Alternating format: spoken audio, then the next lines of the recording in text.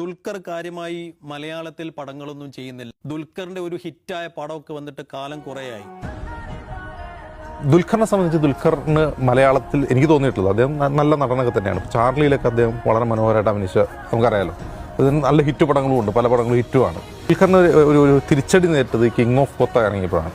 അതിൽ പോലും ഞാൻ ആ സിനിമ കണ്ടു നോക്കി, എന്താണ് ആ സിനിമയുടെ പ്രശ്നം എന്ന് അറിയാൻ വേണ്ടിയിട്ട്.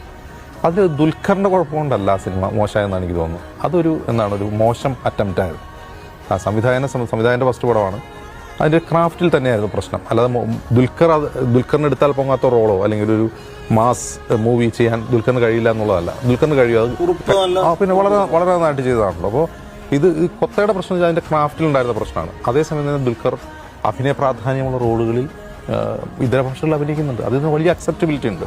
അതുകൊണ്ട് അങ്ങനെ ഒരു ആശങ്ക ദുൽഖറിനുണ്ടെങ്കിൽ അത് തീർത്തും അനാവശ്യമായ ആശങ്കയാണ്. ഇനിയും മലയാളത്തിൽ പടങ്ങൾ ചെയ്യണം. അങ്ങേ